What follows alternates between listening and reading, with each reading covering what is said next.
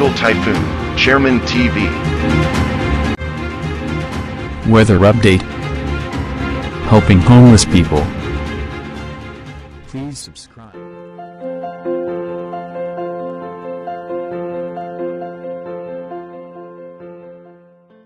Magandang umaga po. Ito po ang latest update natin ngayong araw, September 12, 2025.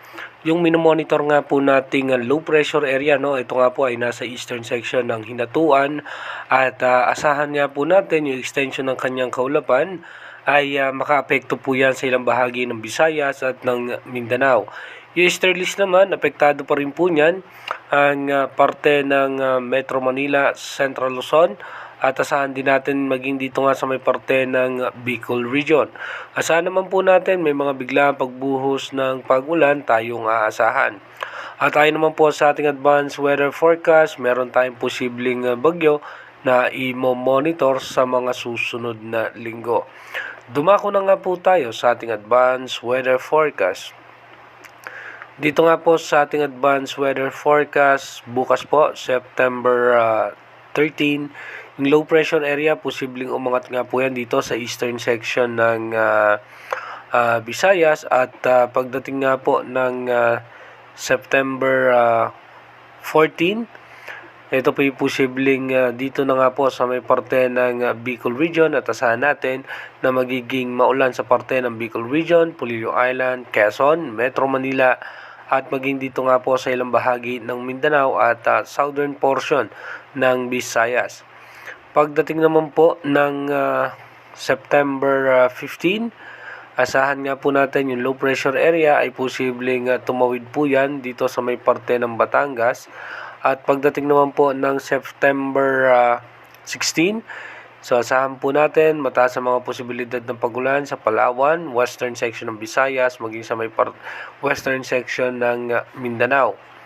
Pagdating naman po ng September 17, yung low pressure area nga po ay nasa parte na nga po yan ng South China Sea at asahan pa rin po natin na magkakaroon nga tayo ng mga pagulan sa western section ng ating bansa. Pagdating naman po ng September 18, expected nga natin posibleng maging maulan sa parte ng Palawan, western section ng Visayas, maging dito nga po sa ilang bahagi ng Central Luzon, posible pong makaranas tayo ng mga biglaang pagbuhos ng pagulan. Pagdating naman po ng September 19, ganun pa rin po, may mga tsansa ng pagulan sa western section ng Luzon.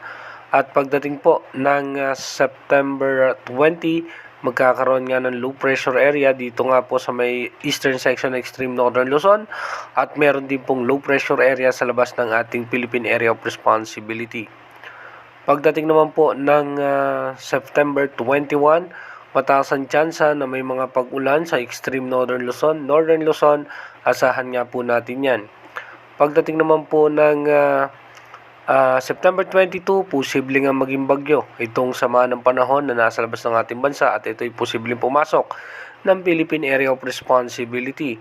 Ito nga po ay ganap na bagyo na pagpasok sa ating PAR at ito nga po ay posibleng maging direksyon nito sa ngayon ay patungo nga po sa parte ng Luzon. Pagdating naman po ng September 23, aangat po yan at pagdating po ng September 24, bababa muli yan at ito po ay posible umabot hanggang sa Tropical Depression category. Kung mapapansin natin, dalawa po yan sama ng panahon na yan.